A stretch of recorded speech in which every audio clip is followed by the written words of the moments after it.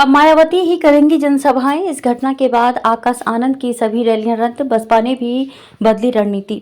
बसपा प्रमुख मायावती के भतीजे और पार्टी के नेशनल कोऑर्डिनेटर आकाश आनंद फिलहाल प्रदेश में चुनावी जनसभाएं करते नहीं दिखेंगे। 28 अप्रैल को सीतापुर की चुनावी रैली में दिए गए भाषण को आचार संहिता का उल्लंघन मानते हुए दर्ज की गई एफआईआर के बाद से उनकी प्रस्तावित सभी रैलियों को बिना कारण बताए रद्द कर दिया गया है।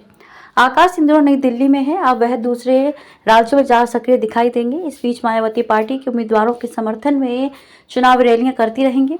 बसपा प्रमुख ने 2 मई को जहां मैनपुरी में, वहीं शनिवार को आगरा में चुनावी रैली की। 18वीं लोकसभा के हो रहे चुनाव में बसपा अकेले ही लड़ रही है।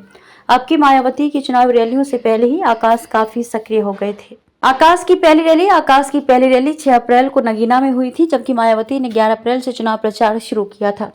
आकाश रैलियों में बेहद आक्रामक अंदाज में भाजपा सरकार को घेरते हुए अपनी बात रख रहे थे। 28 अप्रैल को सीतापुर की रैली में दिए गए भाषण को पुलिस ने भड़काऊ मानते हुए आकाश पर पहली एफआईआर दर्ज की थी। उसके बाद से आकाश की कोई चुनावी जनसभा नहीं हुई है। पिछले कुछ दिनों से कोई रैली न होने पर चर्चा है कि मायावती ने आकाश को फिलहाल राज्य में रैलियां करने से रोक दिया है। पार्टी नेताओं से कहा गया है कि आकाश की रैलियों का कोई कार्यक्रम ना बनाया जाए। ऐसे में चुनाव प्रचार से दूर आकाश नई दिल्ली में है। हालांकि पार्टी नेताओं द्वारा इस संबंध में स्पष्ट तौर पर कुछ नहीं कहा जा रहा है। बताया जा रहा है कि आकाश की जल्द ही दूसरे राज्यों में चुनावी सभाएं होंगी।